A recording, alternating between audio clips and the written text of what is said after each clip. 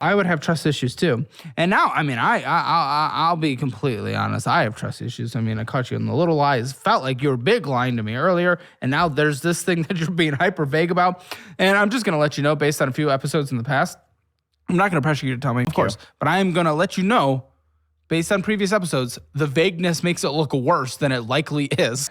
But I'm going to have a hard time trusting you, and I don't blame her for having that issue. And again, that is what scares me. Finances are one of the leading causes for divorce in this country. And if right now there's this big boiling pot of lack of trust, but it doesn't matter as much because everything is so good, everything is so honeymoon, everything is so exciting, what happens when that just becomes normal and all that's left is a steaming pile of lack of trust?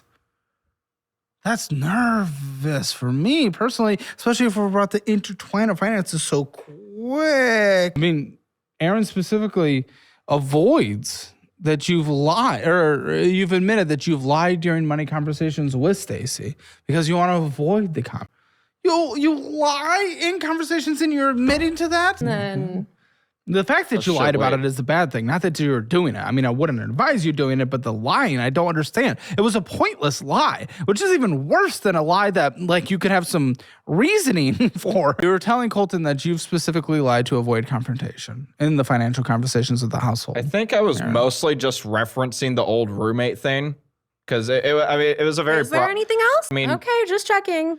It was a very broad question to me in general, so I had replied with just the old roommate thing. Also, why even start the relationship on a lie? Well, like the overlap and these other things. It's like, it doesn't make any sense. He basically expressed concern about the whole roommate money thing, and I told her my thing on it. Like, that was like a couple of weeks into even after the diddling at the funeral. Because I was paying for everything at that point, and it just doesn't seem fair. He didn't have the money to pay for things, and if someone else is getting it that you're not even living with, then I just, it's not fair. So that confrontation does speak words, but for what it's worth, with how you started the relationship, with how you've done it with your trust issues, one of the easiest ways to tell someone does something bad or thinks something bad is what they accuse the other person without any proof.